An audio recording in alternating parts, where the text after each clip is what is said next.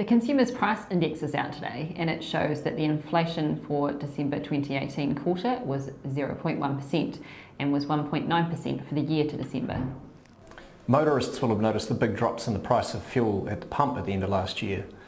The price of crude oil fell during the December quarter and the exchange rate rose, both of which helped move pump prices downwards.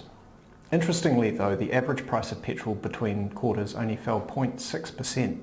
This is because the CPI measures average prices across the whole quarter.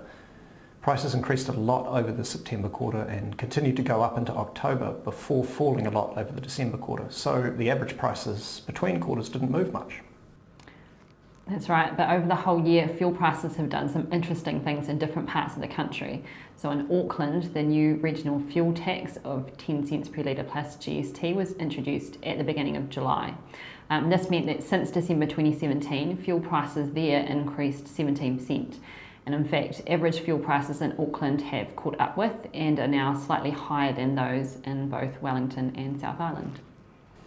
And the December quarter CPI also saw typical seasonal rises in international airfare prices, which were largely offset by seasonal falls in prices for vegetables.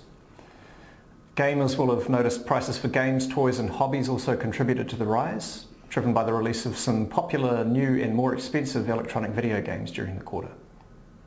Smokers experienced the first small decrease in the price of cigarettes since 2009 in the December quarter.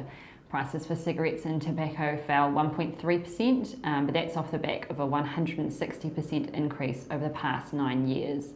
On average, smokers are now paying around $35 for a pack of 25 cigarettes, and that is before the 10% increase in excise tax took effect on the 1st of January.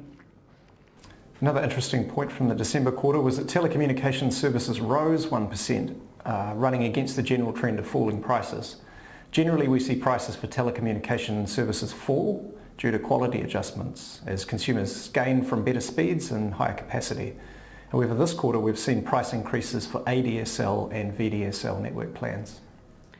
So all of these factors contributed to the inflation rate for the December year of 1.9%, which was the same as the rate for the September year.